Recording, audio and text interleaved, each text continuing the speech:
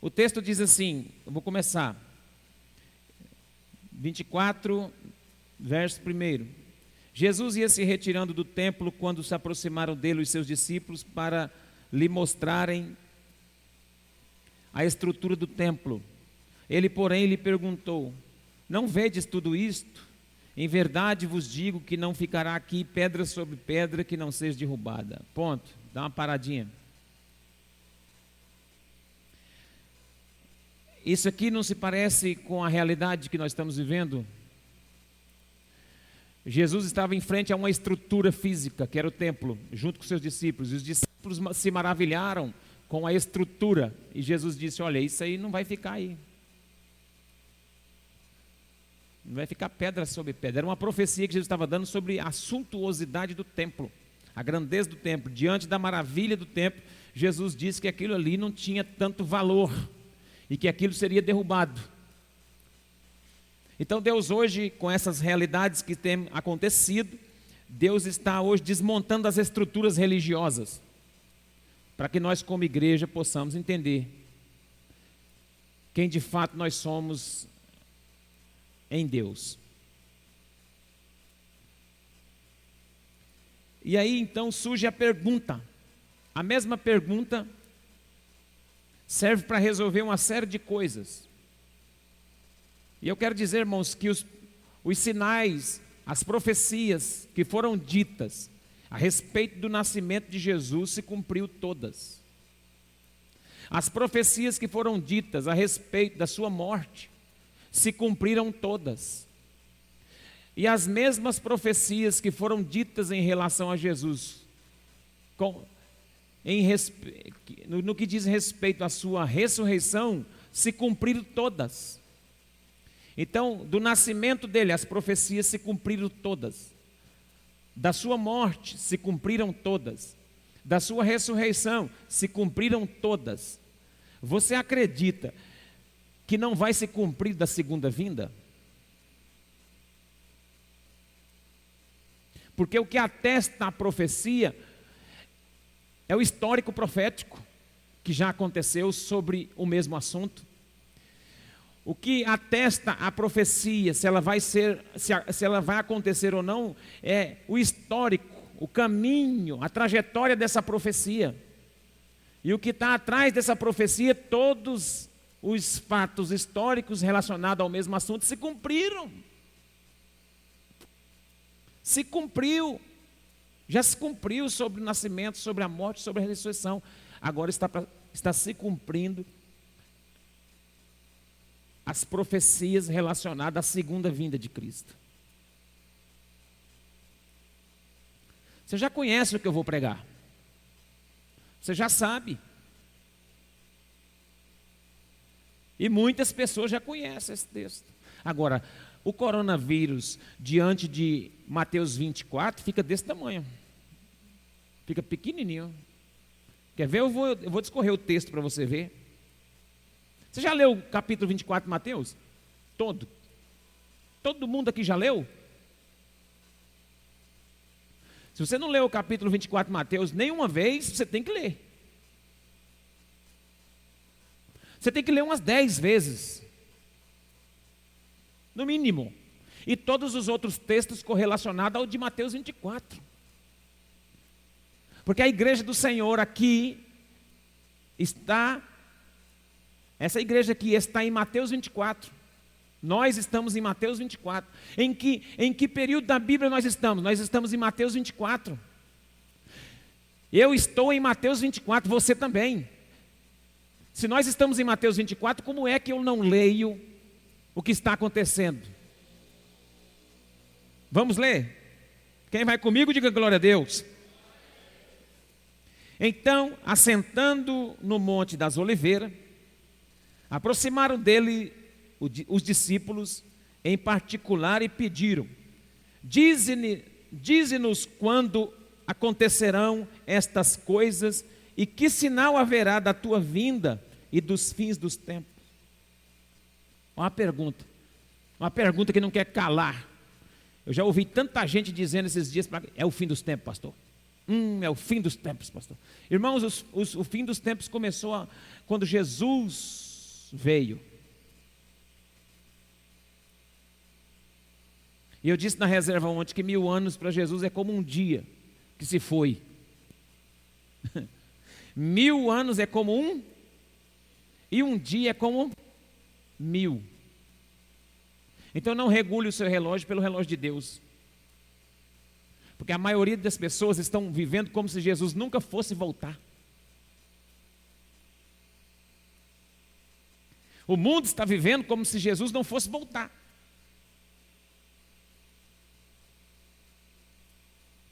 Se um dia é 1000 e 1000 é um, então Jesus não está atrasando não, porque eu ouço pessoas falando assim, ó, desde quando eu era criança, a minha avó já morreu, ela pregava que Jesus estava voltando, ela já morreu, nasceu todo mundo lá em casa, eu já estou quase para morrer de novo, Jesus não voltou.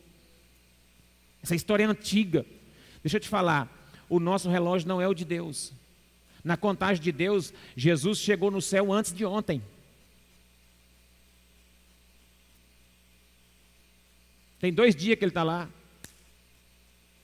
Ele não está atrasado. Se 1000 é 1 e 1 é 1000, então ele chegou lá antes de ontem.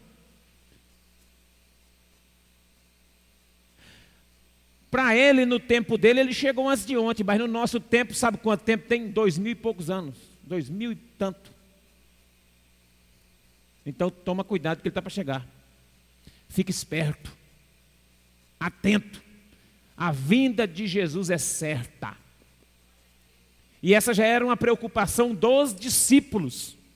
Se era a preocupação daqueles discípulos, imagina a nossa. Então eles fizeram essa pergunta para Jesus. Que sinal? Aí Jesus começa a dar alguns sinais e é esses que eu vou anunciar para vocês aqui agora. Primeiro sinal. Verso de número 4. Respondeu-lhe Jesus: acautelai-vos que ninguém vos engane, pois muitos virão em meu nome dizendo, eu sou Cristo, e enganarão a muitos. E eu pergunto para a igreja, existe aí espalhado no mundo, no Brasil, em todos os lugares, falsos cristos? Sim ou não? Então, pois, esse sinal é um sinal visível. Está na tela aí, ó. Sinais da segunda vinda de Cristo. Versículo 5. Falsos cristos. Está ali o Henri Cristo, com todo aquele harém que ele tem.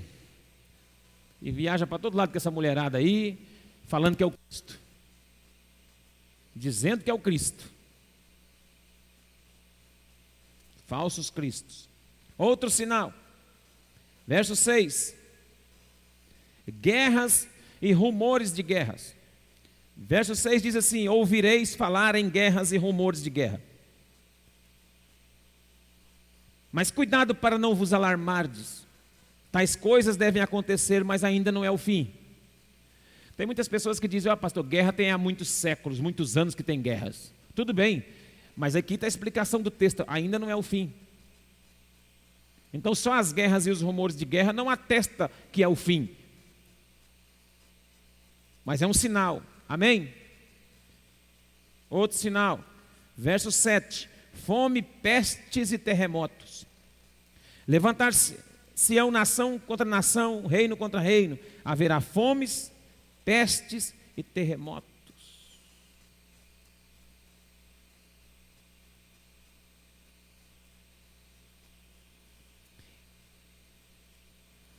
Há um dado que morre uma criança com fome a cada 10 segundos no mundo. Olha para mim, 1, 2, 3, 4, 5, 6, 7, 8, 9, 10. Morreu uma.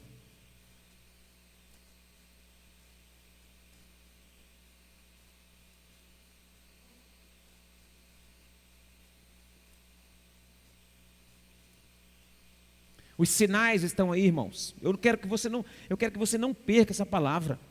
Acompanhe comigo, nós vamos estudar esse texto.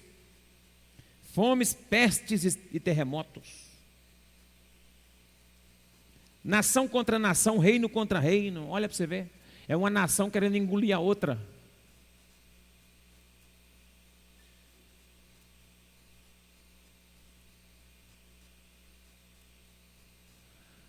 Você vê as nações aproveitando, os povos se aproveitando uns dos outros nessa época.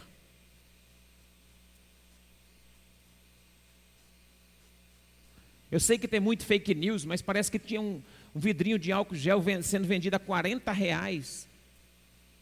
Pequenininho assim. Então, está uma coisa de louco. As pessoas estão querendo ganhar dinheiro na desgraça dos outros. Nações inteiras contra nações.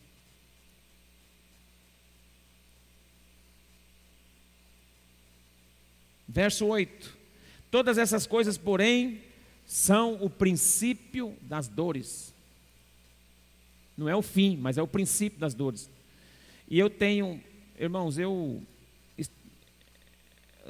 tem várias linhas teológicas. Tem uma que diz que a igreja não passaria pela grande tribulação, e tem uma que acredita que a igreja passa pela tribulação. Eu declaro a minha abertamente para qualquer um saber. Eu acredito que a igreja passa pela tribulação e pronto, acabou. A igreja passa pela tribulação, irmãos. A igreja é uma igreja de mártires. Todos os mártires passaram pela tribulação. Você acha que nós aqui do século 21 íamos ser poupados? Ué, a igreja passa pela tribulação. Porém, o Senhor, é nessa época que o Senhor usa a igreja para colher as almas. Amém? Fique firme, porque a Bíblia vai dizer aqui. Olha verso 9.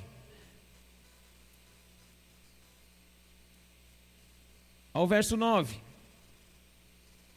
Hão de vos entregar para seres atormentados e vos matarão. Sereis odiados de todas as nações por causa do meu nome. Está falando de quem, irmão? Aqui?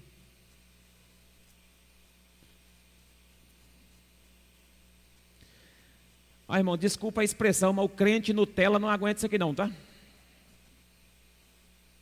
Tem que ter as costas largas. Você foi chamado para ser um tipo de Cristo na terra. E se não aprender pelo viés da palavra, dos cultos, do treinamento, do discipulado, de um jeito ou de outro, você aprende. Nem que seja no vale, na crise. Aprende. A igreja será vitoriosa e triunfante sempre, mas não está isenta de passar pela tribulação. Não está isenta. Mas ela passa pela tribulação, mas vence. Amém? Você é vencedor.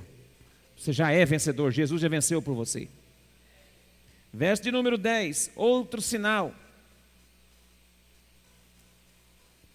Escândalos e traições. Você tem visto isso? Meio de igreja, meio de pastores, meio de empresários, no meio da sociedade, nas igrejas, nas escolas, nas famílias, escândalos, traições, grandes escândalos, né? Pessoas ali, ó, tá até o Alisson colocou o homem da FIFA ali, o Joseph Blatter. Olha o dinheiro, olha o dólar subindo, ó.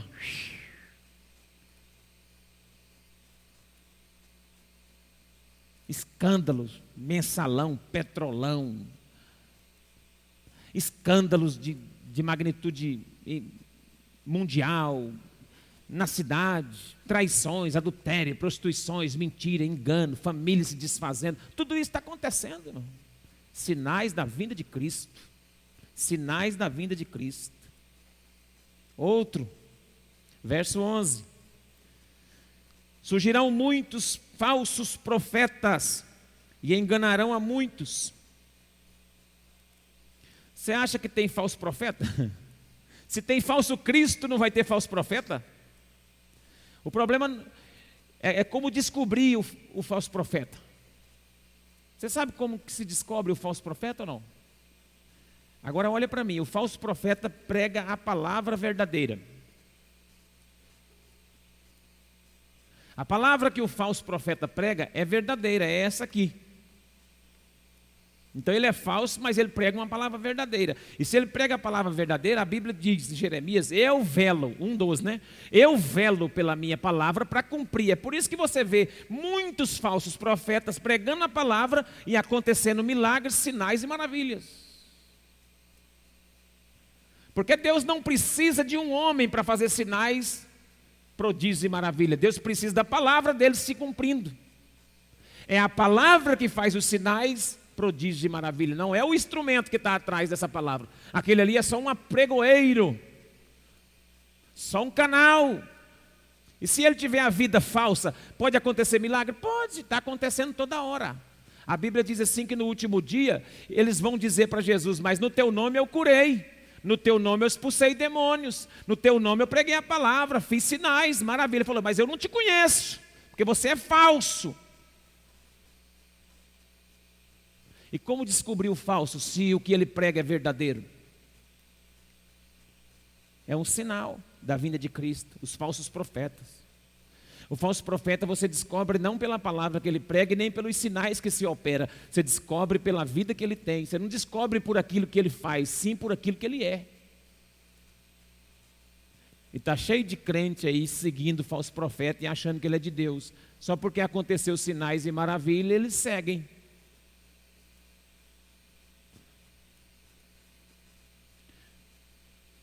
Ei, psiu. Não se iluda com o dom. Não se iluda com o dom. Nós devemos ser uma igreja de fruto e não apenas uma igreja de dom. Nós vamos ser provados pelo fruto e não pelo dom que temos, e sim pelo fruto que damos, pelo fruto que produzimos e não pelo dom, porque o dom vem de Deus, não é nosso. Agora o fruto não, o fruto nos pertence.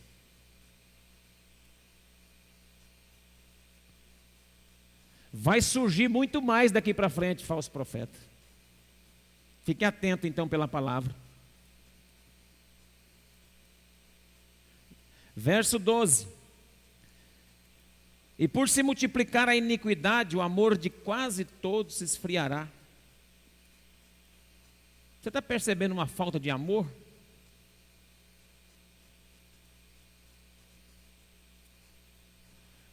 As pessoas brigam por pouca coisa, irmão. As pessoas matam uns aos outros por causa de herança, por causa de dinheiro. As pessoas brigam por causa de uma bicicleta, de um carro, de uma moto, de uma casa. As pessoas brigam por causa de um lugar que ele senta na igreja. As pessoas estão se matando. É falta de amor. O amor esfriou. Cada um vive a sua vida. Falta amor. Falta amor. Falta amor no meio do povo de Deus. Cada um quer a sua bênção. E não está nem aí para os outros. Falta amor.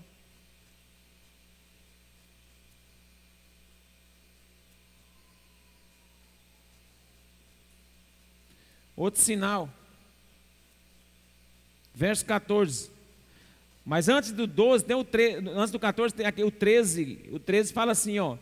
Mas aquele que perseverar até o fim será salvo. E o verso 14 diz assim: e este evangelho do reino será pregado em todo o mundo, e em testemunho de todas as nações. Então virá o fim. É mais um sinal. A evangelização mundial. Quando o evangelho alcançar o mundo, e está próximo demais, então virá o fim. Esses são os sinais aqui de Mateus 24. Então como será a vinda? Outra pergunta que eu quero partilhar com você. Como será? Se esses são os sinais, como será? Porque os sinais não anunciam que é o fim, mas os sinais anunciam que é o princípio das dores. Os sinais ainda não é o fim, mas anunciam o princípio das dores que a igreja vai enfrentar, que o povo de Deus vai passar para que venha o fim. Então vamos ver como é. Como será a sua segunda vinda? Mateus 26, 64. Primeiro, será visível.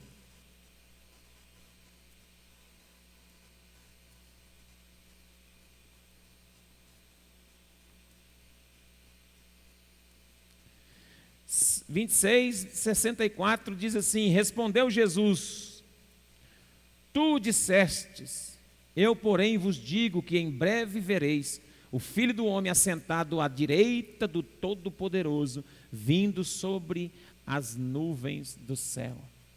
O primeiro aspecto da segunda vinda de Jesus é que essa vinda será visível. Amém? Vereis o Todo-Poderoso, o Filho do Homem, Filho do Todo-Poderoso, assentado, vindo sobre as nuvens do céu. Segundo aspecto, Atos 1:11,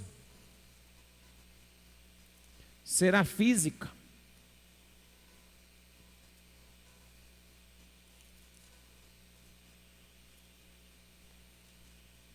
Será visível, será física também.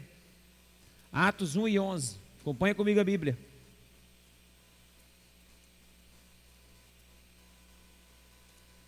Diz assim o texto, ó. Os quais lhe disseram: varões galileus, por que estáis olhando para o céu? Esse Jesus que dentre vós foi elevado ao céu, há de vir, assim como para o céu o vistes subir. Olha lá, os quais lhe disseram: varões galileus, por que estáis olhando para o céu? Esse Jesus que dentre vós foi recebido em cima no céu, há de vir assim como para o céu o vistes ir. Será visível, será física. Terceiro, será repentina. Mateus 24:27. Será repentina. Aleluia. Isso aqui é o arrebatamento, é o rapto, será repentina. 24:27 diz assim: como um relâmpago que sai do Oriente e se mostra no Ocidente, assim será também a vinda do Filho do Homem.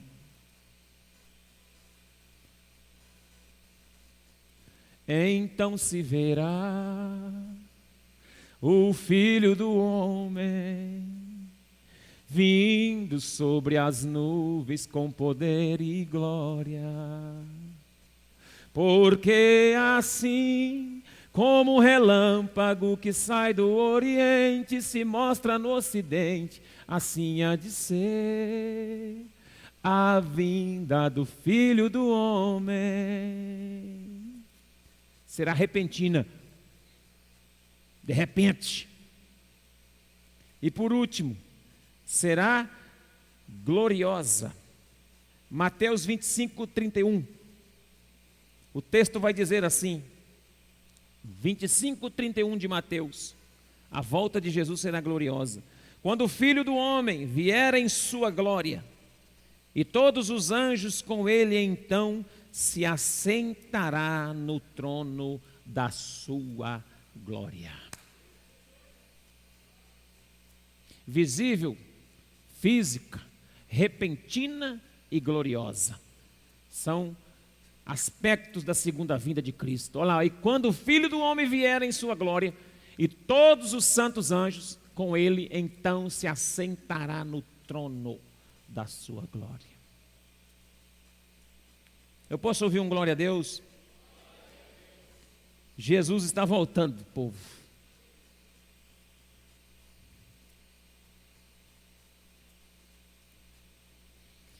Eu quero ler Mateus 24, 30 e 31,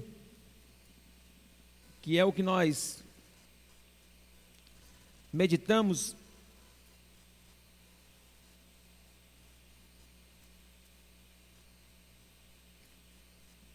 Veja que texto, o verso 30 e 31,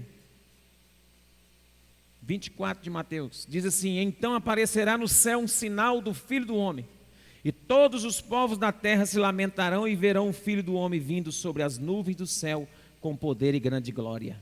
E ele enviará os seus anjos com um som muito forte da trombeta, os quais ajuntarão os seus escolhidos desde os quatro ventos, de uma a outra extremidade do céu. Ele virá e vai ajuntar os seus escolhidos.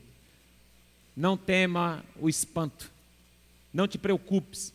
Se você é esse escolhido, o Senhor vai vir, a trombeta vai tocar e Ele vai ajuntar o seu rebanho.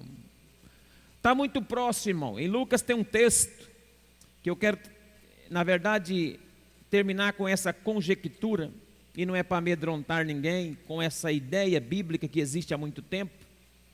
Em Lucas, um texto que colabora com esses que eu li, diz a respeito da vinda de Jesus, e os discípulos estavam perguntando sobre quando seria isso? E Jesus fala que seria. Jesus usa uma figura para explicar isso aí, sobre a figueira, quando ela brotasse, quando a figueira brotar, e essa figueira, quando Jesus está tratando esse assunto, ele está falando do povo de Deus, do Israel. E ele disse assim, que quando essa figueira brotasse, não passaria essa geração. E essa geração não é aquela geração para que Jesus estava falando, porque uma geração ela vai 70 a 100 anos. Uma geração compreende no máximo 100 anos. Não vai 100 anos, entendeu? Uma geração não se estende a 100 anos. E de lá para cá já passaram-se várias gerações. Mas há um entendimento de muitas pessoas, eu também entendo assim, que essa figueira já brotou faz tempo. Que Israel já se tornou Estado faz tempo. E qual foi a geração em que Israel se firmou como Estado? É essa geração agora. Porque Israel foi disperso para o mundo todo. O povo judeu foi espalhado nas nações durante muitos anos, muito tempo. A diáspora, o povo foi espalhado, o povo não tinha mais casa, lugar, foi espalhado no mundo inteiro, Mas em 1948, Deus ajuntou Israel de novo nas suas terras. 1948, Deus fez brotar de novo essa nação. Deus fez florescer, essa figueira floresceu de novo. Como nação, como Estado, eles estão organizados desde 1948. 1948 a 2020, dá quantos anos, irmão? 72? 62 ou 72?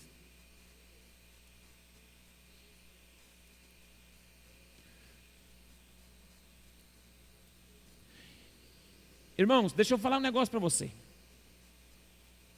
O negócio está mais perto do que você pensa.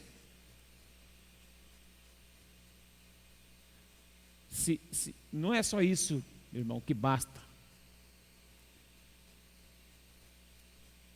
Mas se tiver 70 anos aí, suponhamos que... Aí tem um outro texto do Novo Testamento, não vou ler todos agora, vou só citar, depois você lê em casa. Tem um outro texto que fala assim, como foi nos dias de Noé, assim também há de ser na vinda do Filho do Homem. Noé demorou quantos anos construindo a arca?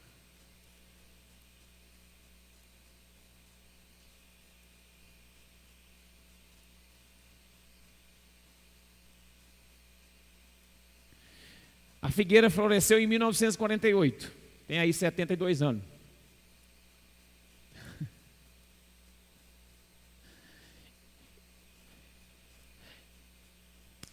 Quer saber minha opinião? É só uma opinião, não estou marcando data para Jesus voltar não, porque eu não estou doido não. Irmãos, a minha opinião é essa. Está vendo essas crianças que saíram daqui? Elas não vão ver a morte não, elas vão experimentar o arrebatamento da igreja. Não tem mais nada para acontecer. E muitos de vocês também, porque muitos ainda vão viver uns 40, 45 anos aqui, não vão? Muitos aqui vão viver até mais, né? Tem gente de 20 anos aqui que vai viver mais de 40. 45, 50. Na minha opinião, está nesse prazo aí, irmão. Jesus está voltando. A igreja precisa acordar. A igreja precisa acordar. Enquanto você fica brigando com picuinha, com crente, precisa fazer cura. estou amargurado. Fulano não me cumprimentou. Fulano não sei o quê. Nhe. Jesus está voltando e você aí nessa meninice sua. Jesus está voltando e você com essas coisinhas. Já passou o tempo disso, meu irmão? Amadurecer. Nós precisamos entender, Jesus vai voltar. Jesus irá voltar. Se o coronavírus está dando um desespero desse, imagina se daqui a pouco começar a sumir gente. Começar a desaparecer. Fala, cadê o irmão? Não veio? Não veio. Sumiu. Mas fulano também sumiu.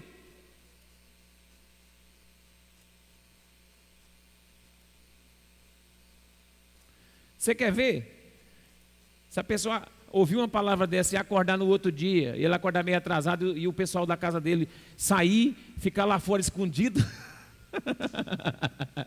Deixa ele dormindo e sair e fica escondido lá fora. Deixa tudo fechadinho, pula a janela, não abre as portas não. Rapaz, o povo está tudo atordoado com o corona, imagina o arrebatamento da igreja.